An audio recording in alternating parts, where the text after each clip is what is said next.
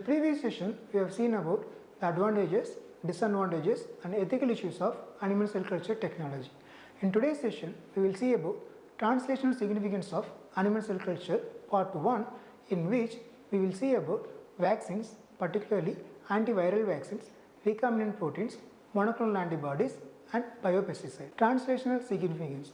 In biomedical research, the use of human and animal cells have more beneficial role in number of applications. Animal cell culture technology is an indispensable tool for the production of biological products which include vaccines, recombinant proteins which include cytokines, hormones, antibodies, enzymes, blood clotting products and growth hormones. Moreover, this animal cell culture technology serves as an excellent tool to study pathology mechanisms and viral production. Now we see about antiviral vaccines. Animal cell culture technology has played a phenomenal role in the development of antiviral vaccines. Establishment of animal cell culture technology in 1950s, followed by the replacement of live animals for the production of antigens, has made phenomenal change in the progress of bioprocess technology. With the invention of DNA technology, molecular manipulation of viruses has led to the formation of recombinant viral vaccines. These vaccines include vaccines against hepatitis B virus and other vaccines against HIV and COVID-19. Indeed, these vaccines are in their final stage at clinical trials. Now we see about the production of viral-like particles. Most of the classic viral vaccines are either altered or chemically inactive live viruses. However, it is possible that there is a chance of reversion of attenuated strain or incomplete inactivation of viruses, which may cause risk to the vaccinated host. Also, viruses with short genome may undergo recombination with viruses in the host that may result in new variants or strains of viruses. Viral-like particles resemble and mimic viral structures, and it can elicit strong immune response without harm. The most important advantages of viral-like particles are they are so simple and non-pathogenic. Indeed, they are replication deficient as they don't have viral genetic material to be replicated. That is why we don't need to inactivate them, because inactivation may cause epitope modification. Now we see about vaccines based on viral-like particles. FDA, that is Food, Drug and Administration, has approved vaccines based on viral-like particles for human papillomavirus and hepatitis B virus.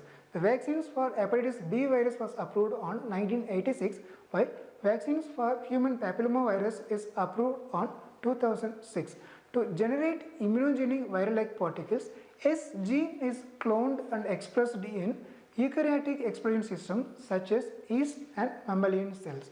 But mammalian cells are preferable because all cells are secrete antigens. Companies that produced viral-like particles based vaccines include French-based Pasteur Aventis and Israel-based Syngene company. Now we see about recombinant proteins. Proteins play a major role in carry out biochemical processes and to transport small molecules within a cell and between one organ to another organ. Proteins form channels and receptors in the membrane and provide frameworks for scaffolding. The number of fully functional distinct proteins is far exceed the number of genomes in human. This is because of the post-translational modifications. These post-translational modifications of proteins include ubiquitination, glycosylation, phosphorylation, methylation, acetylation and lipidation. The changes in protein structure due to mutation or any other abnormalities may cause disease condition. Protein therapeutics offer tremendous opportunities to treat protein diseases. The very first biopharmaceutics produced in recombinant mammalian cells or tissue plasminogen. Indeed, 60 to 70% of products are produced in mammalian cells. The recombinant therapeutic proteins include cytokines, hormones, antibodies, enzymes, blood products and growth factors. Most proteins have a complex structure and they have to undergo chemical modifications to fully exhibit biological activity. Now we see about cytokines. Cytokines are the proteins of immune system and they play a central role in immune response. Cytokines are produced by various white blood cells upon immune stimulation. Interferons are the very first to be discovered as cytokines and they are used as biopharmaceuticals. Interferon alpha is used to treat hepatitis and recently it has been approved to treat leukemia and other cancers. Interferon beta is used to treat multiple sclerosis, which is an autoimmune disease. Interferon gamma is used to treat chronic granulomatous diseases. Interleukins are other set of cytokines which helps in the growth, differentiation and migration of the cells. This is also used as a biopharmaceutics to treat chronic cell carcinoma. Now we see about hormones. Hormone is a biochemical substance produced by multicellular glands and then transported to blood circulatory system to target organ to ensure and coordinate its physiological and behavioral activity. Hormones regulate vital processes such as physiological and behavioral activities of many tissues and organs, and also it functions in digestion, metabolism, respiration and tissue function.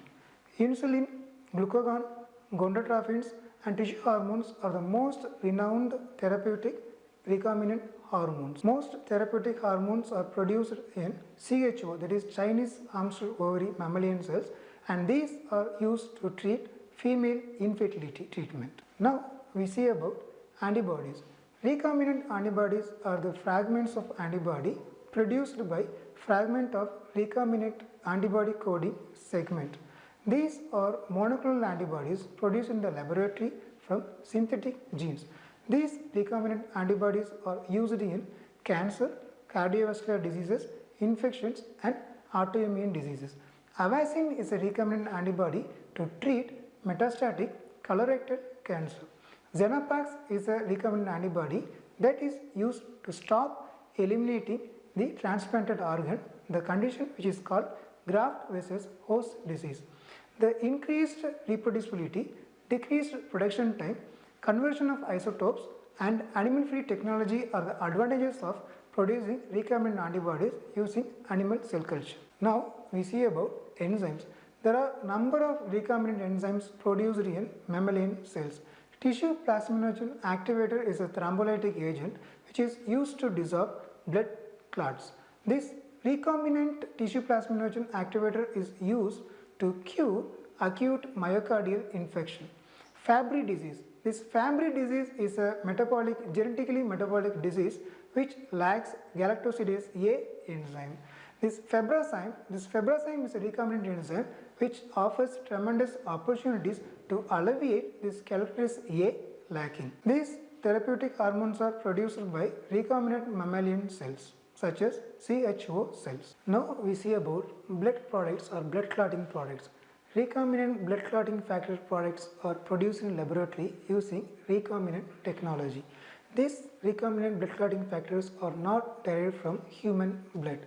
It is safer to use recombinant blood clotting products than the products derived from human plasma because there is a risk of transmitting blood-borne serious infections. Hemophilia is a serious disease where we have uncontrolled bleeding.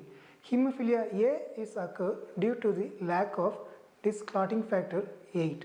Hemophilia B is occurred due to the lack of this clotting factor 9 and hemophilia C is occurred due to the lack of this clotting factor 11. These diseases can be cured by using recombinant blood clotting factors. These recombinant clotting factors are produced mostly in Chinese hamster ovary cells and BKH cells. Now we see about growth factors.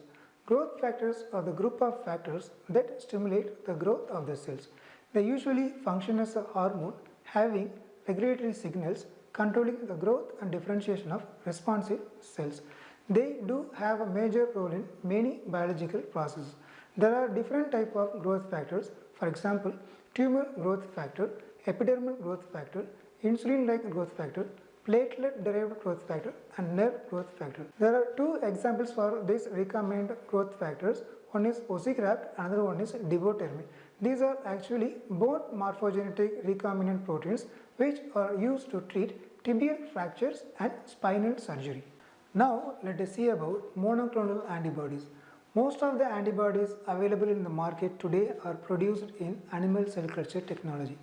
We prefer animal cells because they are capable of glycosylation and structure conformation because these are essential for a drug to be productive.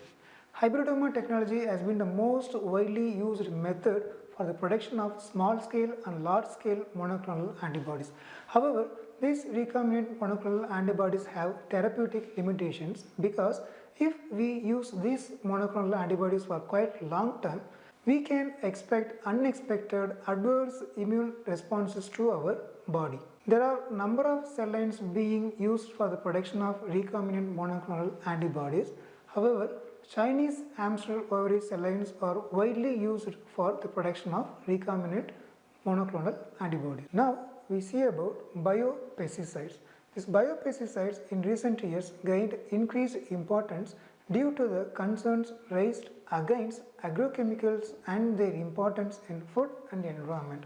These biopesticides provide efficient means of control of insects and plant diseases, and they are environmentally safe. Baculoviruses are one of the most important biocontrol strategies against insect plants. The production of baculoviruses in animal cell culture is influenced by many factors. However, the production of baculoviruses in animal cell culture technology has number of advantages. The most widely used cell lines for biopesticides are the cell line SF21 and the cell line SF9 obtained from armyworm. We have come to the end of the session. I hope you have all understood about the translational significance of vaccines, recombinant proteins, monoclonal antibodies and biopesticides. In the next session, we will see about the translational significance of animal cell culture technology part 2, in which we will see about gene therapy, stem cells and 3D models. Thank you.